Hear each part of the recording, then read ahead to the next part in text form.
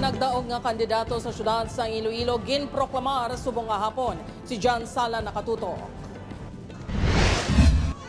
Pasado alas 2 subong nga hapon sa nag-abot sa Iloilo City Lone District Representative Julian Baronda, Vice Mayor-elect Lovelove Baronda kag City Councilor-elect Sheen Marie Mabilog sa Diamond Jubilee Hall para sa proklamasyon. Ang pumuluyo na nindugan, ang ilagog man ng iba sa kay Kodyam.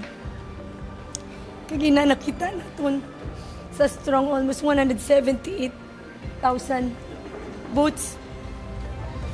Ilagin pakita kay Kodyam. Gusto naman sa mga fresh nga mga ideas, fresh innovatives or fresh perspectives sa mga Ilonggos. So rest assured nga mag-work kami together, not only for the betterment sa amon nga mga kanya-kanyang office, but for the benefit of the whole of Iloilo City.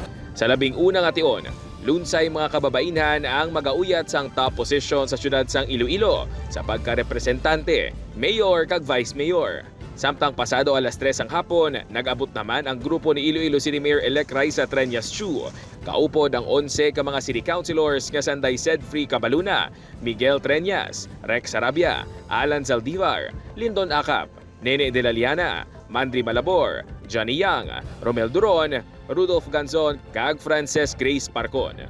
As of now ay panagasing in, no? Pero sang nagnaog kita daw ka nabatsyagon ko gid ang pagsuporta nga mainit nga pagbaton sa aton. Na-delay ang proklamasyon sang mga nagdaog matapos nga magkaaberyang acms ang 3 ka mga precinct nga ginalakipan sa tag-isa ka presinto sa mga barangay sang Engori, La Paz, Tanza Timawa City Proper kag Santo Niño Sur, Arevalo. Ini ang rason nga nag-recess kagabi ang Comelec Iloilo City kag nagdesisyon nga mag-resume alas 10 kay inas ang aga. Upod kay Cirilo Renduque, John Sala, 1 Western Visayas.